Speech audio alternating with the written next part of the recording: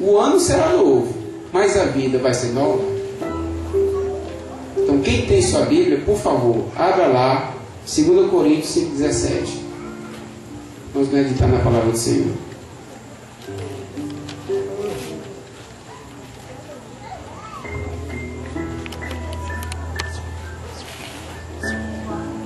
É um texto muito conhecido dos irmãos, né? Aqueles que leem, vocês vão realmente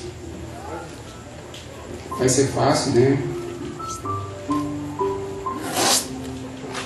Amém? Assim nos diz a palavra do Senhor. E assim, se alguém está em Cristo, é nova criatura. As coisas antigas já se passaram, eis que todas se fizeram novas. Amém? Amém. Tá? Então, começa realmente, né, o texto começa falando, né, que aquele que está em Cristo é uma nova criatura.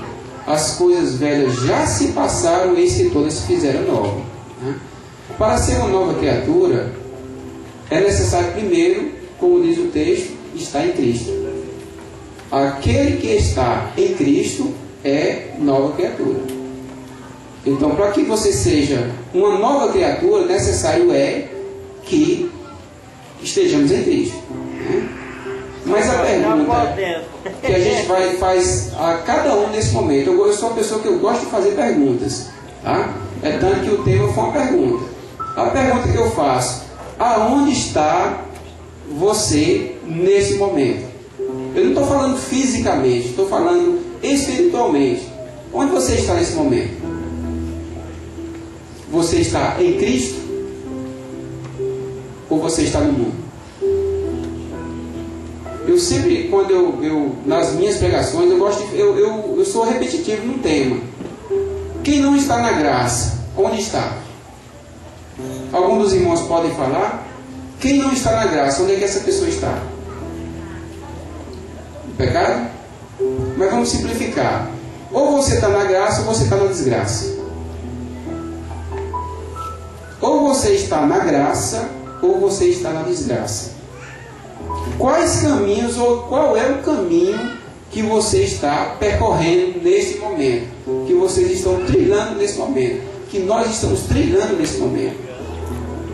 A Bíblia diz, né, lá em Provérbios 14:12, que há um caminho que o homem parece certo, mas no final é caminho de morte. Ou seja, às vezes a gente percorre um caminho achando que aquele caminho é o caminho correto, é o caminho certo, mas na realidade é um caminho de morte. E nós vemos hoje pessoas trilhando caminhos de morte. E muitas vezes nós que somos cristãos não nos importamos, não pregamos, não anunciamos, não falamos. Isso acontece muitas vezes. Às vezes a gente tem vergonha de falar de Jesus. A Bíblia diz, né, que há um caminho que o homem parece reto, parece correto, mas o final é o caminho de morte. A pergunta que eu fiz: qual caminho você está trilhando? Será que é um caminho reto? Às vezes nós temos a nossa certeza, mas a gente tem que buscar a certeza de Deus, não do homem. Por que tantas decepções e humilhações? Por que é que a gente sofre tanto com problemas, com tribulações, né? Decepções? Nós somos decepcionados a cada dia. Meu trabalho é muito puxado. E todo dia tem um problema, uma coisa ou outra. E às vezes a gente fica cansado. A gente diz: poxa, porque não vai parar de ter tanto problema, tanta decepção. E interessante, eu cheguei para cortar o cabelo essa semana. Aí eu vi no salão uma frase que inclusive eu coloquei aqui: para estar em pé, não, perdão, meu irmão, aquele que se dobra diante de Deus fica de pé diante de qualquer homem ou qualquer problema. Estava lá no salão.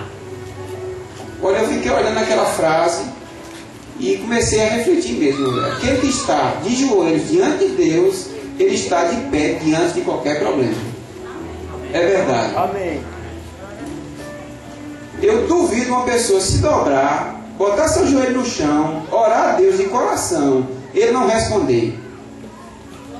Eu ainda não vi um, e com certeza não haverá, desde que você peça de coração, ele vai te responder. E aí eu me fortaleci com isso. Poxa, realmente, às vezes a gente quer enfrentar um problema com o nosso próprio braço, mas tem problemas, lógico que tem, a gente tem que agir, tem que fazer a nossa parte, mas tem problemas que competem a Deus e não ao homem. Mas para que a coisa aconteça, é preciso que a gente se dobre. Nós podemos ir em qualquer lugar do planeta, quando a gente põe o joelho no chão, a gente vai. E Deus faz o seu trabalho. Quando o povo de Deus clama, Ele responde. E responde com vitória, não é com pouca coisa não. Amém, glória a Deus.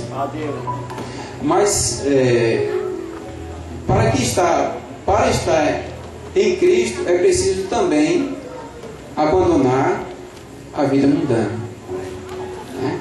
Então o tema do momento é esse, estar em Cristo. Mas para que estejamos em Cristo é necessário primeiro que nos despojemos da imundícia do mundo, como a Escritura fala, do pecado que habita em nós. Não existe uma pessoa convertida, uma nova criatura, sem realmente abandonar os velhos hábitos. Mas aí eu vou fazer a pergunta novamente: ano novo, vida nova? Se eu entrar no ano 2015 com os padrões de 2014, o que é que vai mudar? Vai mudar alguma coisa? Vai ser apenas, estamos apenas na noite, daqui a pouco vai dar 12 horas, 12 e 1 a gente vai comemorar, nos abraçar, mas os problemas continuarão. Será que quem tem dívida aqui amanhã vai estar paga? Vai? Quem está enfermo aqui amanhã vai estar bom? Eu estou fazendo tratamento nesse momento e está marcado para 7 horas da manhã para tomar 4 comprimidos de uma vez só. São 7 dias que eu estou fazendo, mais 28, se não me engano, e mais 28 de novo. Agora eu pergunto: amanhã pela manhã eu vou tomar esses comprimidos? Só Deus sabe. Então a gente cria realmente uma expectativa grande, o que não é errado, entenda bem. Isso não é errado. Mas o que eu estou colocando, se nós vivermos com os velhos padrões, não vai mudar nada. O amanhã vai ser só mais um dia.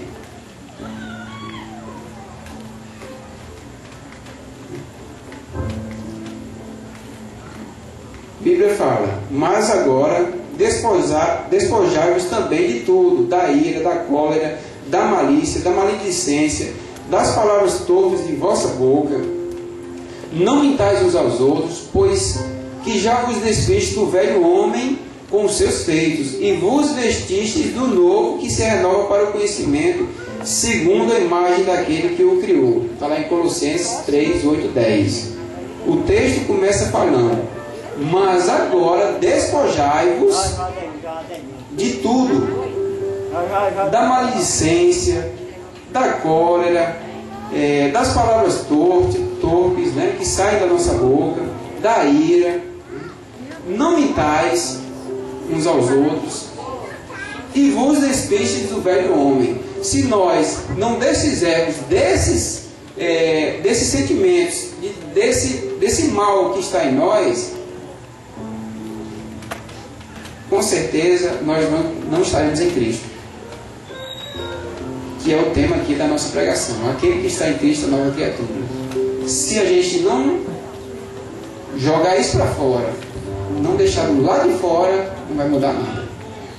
Nós continuamos sendo pessoas do mundo e não estamos na graça. E quem não está na graça está na desgraça. Graça, todos sabemos que é um bem que nós não merecemos. Foi gratuito. Jesus nos deu gratuitamente. E mais ainda, Ele pagou um alto preço para nos dar essa graça. E o que Ele pede é mínimo: que a gente o aceite. O que ele pede é mínimo. Amém. É isso que ele pede. Não é muita coisa. Conta a história falando da nossa natureza pecaminosa, né? Que realmente o pecado habita em nós, infelizmente, mesmo sendo cristãos, todo dia a gente peca, seja por palavra, por pensamento, por qualquer coisa. Nós pecamos, porque a raiz do pecado, infelizmente, está no ser humano. Mas, quando a gente dobra o joelho e pede perdão a Deus, Deus nos perdoa. E interessante é que nós temos que pedir perdão a Deus todos os dias. Senhor, me perdoa pelos meus pecados. Às vezes a gente até promete que não vai pecar mais, né? Mas acaba caindo no mesmo erro. Peca de novo. E novamente, Senhor nos perdoa. E Ele nos perdoa novamente. É como diz a Escritura, que as misericórdias do Senhor se renovam a cada dia. Se renovam, sabe por quê? Porque nós pecamos. E Deus quer nos dar essa oportunidade. Então Ele renova todo dia de manhãzinha está renovada a bondade de Deus, a misericórdia de Deus, o amor de Deus em nossas vidas. E a gente peca de novo. E o Senhor nos abençoa quando a gente pede perdão. Então conta a história, falando da natureza pecaminosa, que uma menina que criava, ela ganhou um filhote, né, de onça. Este tinha poucos dias de idade quando lhe foi dado. A menina cuidava do animalzinho com muito carinho e os dois passavam muitas horas em animada brincadeira. Quando a onça se tornou grande, a menina foi advertida do perigo de brincar com aquele animal selvagem. Ela havia, por assim dizer, crescido com a onça e estava certa de que o animal nunca lhe faria mal algum. Dizia que todos os traços selvagens daquele animal haviam sido eliminados por sua associação constante com os humanos. Um dia, a menina, brincando com seu animal, feriu dele. A onça lambeu o sangue do seu ferimento. Em questão de segundos, aquele manso e gentil companheiro de brincadeiras se tornou uma fera selvagem. Derribando sua dona, meteu-lhe as garras e começou a mordê-la. A menina estava certa que a natureza da onça se transformara por sua associação com os humanos, mas descobriu que o animal possuía ainda a natureza e o coração de uma fera. Assim é o ser humano. Assim é o ser humano. Nós temos, infelizmente, a natureza do pecado.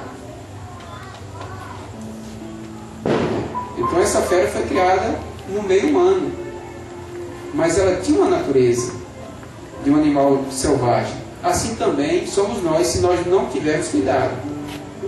Conta uma outra história aí, isso é uma história até antiga, que é muito falada, que o homem possuía 2 cães.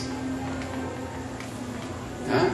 E sempre nas lutas de cães, eles apostavam. Isso acontece hoje também. Não é algo lícito, mas acontece. Eles fazem as escondidas, fazem aquelas apostas com galos. Eu acho que vocês já viram briga de galos, briga de canário, né? Aquilo é legal, mas acontece. Também existe a briga de cães. E normalmente um ou outro cachorro morre. É tão violento que, lógico, não é igual uma briga de galo, mas que o cão acaba morrendo mesmo. E aí esse homem, ele sempre apostava num dos cães e ganhava. E as pessoas começaram a ficar curiosas. Poxa, como é que esse cara ganha tanto? Ele aposta e ganha, aposta e ganha. Vamos descobrir o que é. E foram, né, procurar descobrir o que era. Na realidade ele falou, ele disse, não, é simples. Quando eu quero que um cão ganhe, um dos cachorros ganhe, eu alimento ele mais.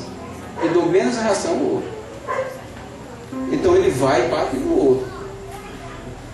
Então quando eu quero que o outro também ganhe, eu tiro a ração desse e coloco para aquele. Então o que é que isso nos traz? Quando nós tiramos Deus da nossa vida, a gente está dando razão para que o mundo adentre a nossa vida. Se a gente não alimentar o nosso espírito, pode ter certeza, o mundo ele não perdoa não, ele entra. Todo mundo sabe o que é que tem Apocalipse, se não me engano é 3:20. Diz assim, eis que eu venho à porta e bato. Não é assim que ele fala? Mas o diabo, ele vai chegar na sua porta e vai bater pedindo para entrar? Ele não faz isso. Ele arromba a porta, ele estraga a vida, estraga famílias. Quantas pessoas, aqui eu vou falar, eu gosto de falar particularmente de mim, porque eu prefiro me usar como exemplo. Eu tenho na minha família muitos problemas. Irmão drogado, creio que, não sei, espero que não, mas talvez alguém aqui tenha, não sei, ou viciado em algo. E é triste quando a gente olha para essas pessoas. É triste ver que essas pessoas deixam realmente